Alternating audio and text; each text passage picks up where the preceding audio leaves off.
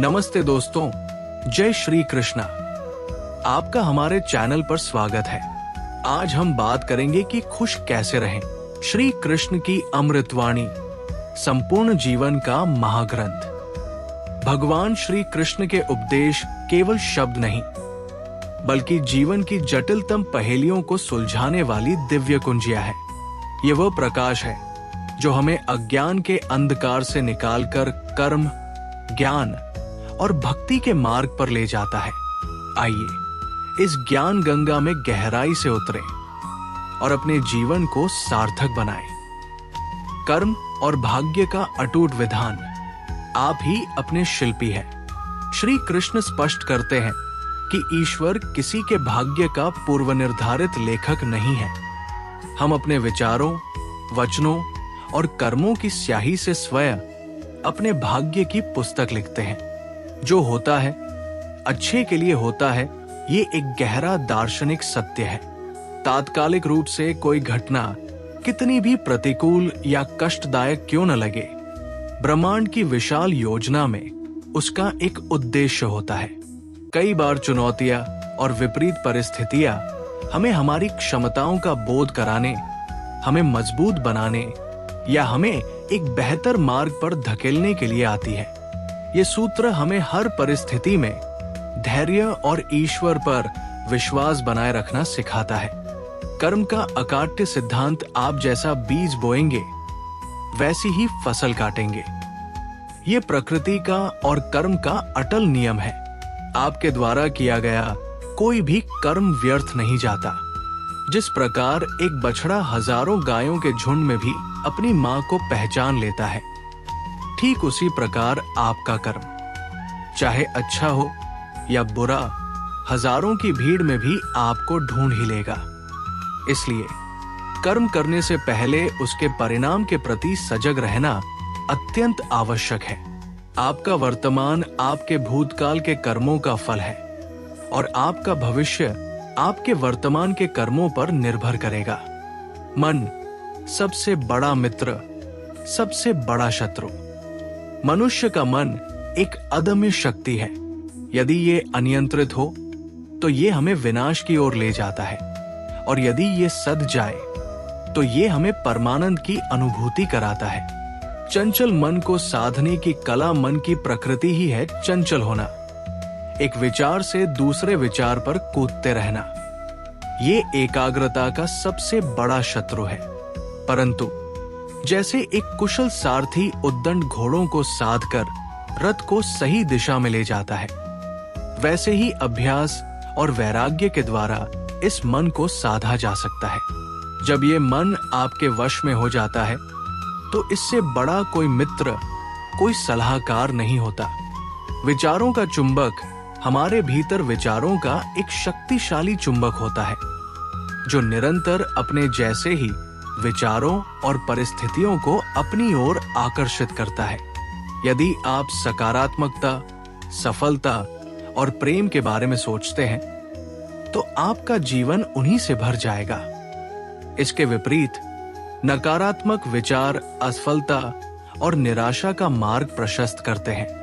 मन के हारे हार है और मन के जीते जीत, ये केवल एक कहावत नहीं बल्कि एक मनोवैज्ञानिक सत्य है। आपका बाह्य जीवन आपके आंतरिक विचारों का ही प्रतिबिंब है। संगति, संबंध और सामाजिक व्यवहार जीवन की नींव। हम अकेले नहीं जीते, हम संबंधों और समाज के एक ताने बाने में बंधे हैं।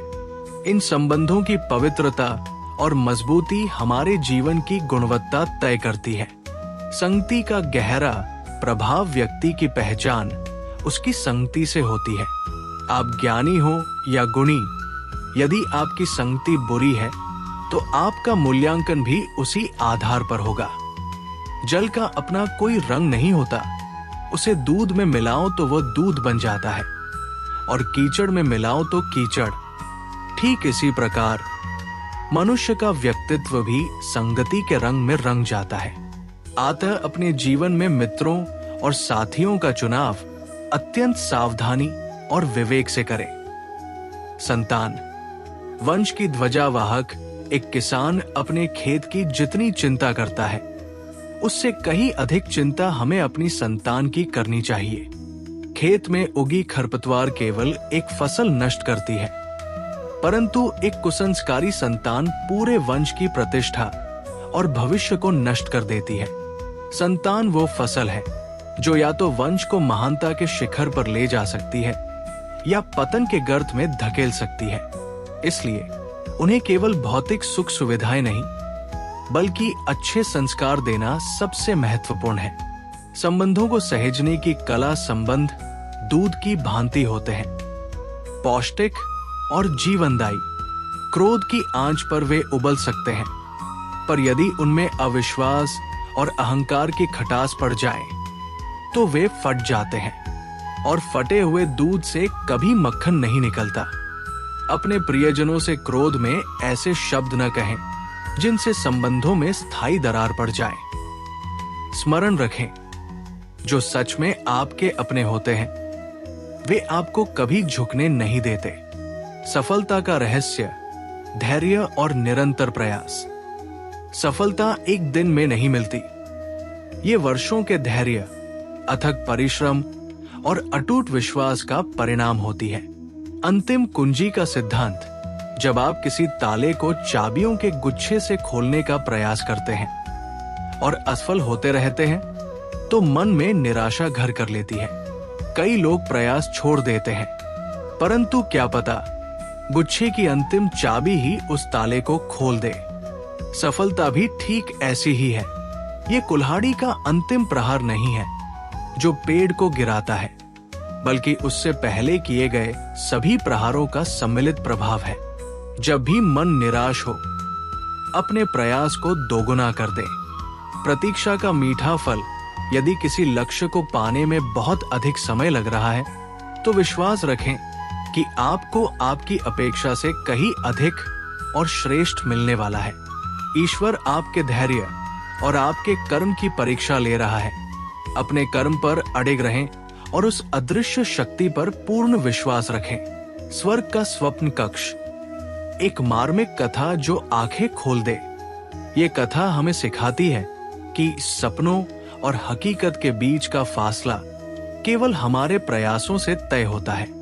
एक अत्यंत परिश्रमी, ईमानदार और सदाचारी लड़का था। जीवन भर उसने बड़े बड़े सपने देखे और उन्हें पूरा करने के लिए अथक मेहनत की, परंतु असफलता ही उसके हाथ लगी। मृत्यु के पश्चात जब उसके सुकर्मों के कारण उसे स्वर्ग में स्थान मिला, तो देवदूत उसे स्वर्ग का भ्रमण कराने लगे। अंत में वे उसे एक रहस्यमयी कक्ष के पास ले गए, जिस पर लिखा था स्वप्न कक्ष। कक्ष के भीतर प्रवेश करते ही लड़का स्तब्ध रह गया। वहां उन सभी वस्तुओं के सुंदर प्रतिरूप रखे थे जिन्हें पाने के सपने उसने पृथ्वी पर देखे थे। एक आलीशान घर, एक शानदार गाड़ी, एक प्रतिष्ठित पद, और वो सब कुछ जिसकी उसने कभी कामना की थी। उसने कांपती आवाज में देवदूत से पूछा, ये सब यहाँ क्यों है? ये तो मेरे वो सपने हैं जो कभी पूरे नहीं हुए। देवदूत ने एक गहरी सांस लेकर उत्तर दिया, ईश्वर और ये ब्रह्मांड तुम्हारे हर सपने को हकीकत में बदलने के लिए पूरी तरह तैयार थे। समस्या ये थी कि हर बार जब तुम अपनी मंजिल के बिल्कुल करीब होते थे, तुम निराश होकर या दृढ़ निश्चय की कमी के कारण प्रयास करना छोड़ देते थे।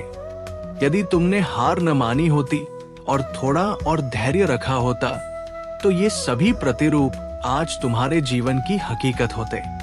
लड़का अपनी भूल समझ चुका था, पर अब पछताने के सिवा कुछ नहीं बचा था।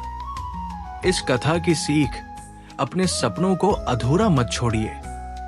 जब तक वे पूरे न हो जाएं, तब तक दृढ़ निश्चय और अथक प्रयास करते रहिए। अन्यथा जीवन के अंत में ये मलाल रह जाएगा कि काश मैंने थोड़ा और प्रयास किया होता। जीवन जीने के स्वर्णिम सूत्र। वर्तमान में जिए पछतावा अतीत नहीं बदल सकता और चिंता भविष्य नहीं संवार सकती। जीवन का सच्चा सुख और आनंद केवल वर्तमान के क्षण में है। संतुष्टि ही सच्चा धन है। जिसके पास सब कुछ है पर संतुष्टि नहीं, वो सबसे निर्धन है। और जिसके पास कुछ नहीं पर संतुष्टि है, वो संसार का सबसे धनी व्यक्ति है। अहंकार से बचें। अहंकार वो भारी पत्थर है जो व्यक्ति को ज्ञान और सफलता के सागर में डुबो देता है। विनम्रता आपको ऊपर उठाती है। आत्मा की सुंदरता पर ध्यान दे। शरीर नश्वर है, एक दिन मिट्टी में मिल जाएगा। इसकी बाहरी सुंदरता क्षणिक है। अपनी आत्मा को प्रेम, करुणा, ज्ञान और भक्ति जैसे गुणों से सुंदर बनाएं, क्योंकि आत्मा ही अमर है।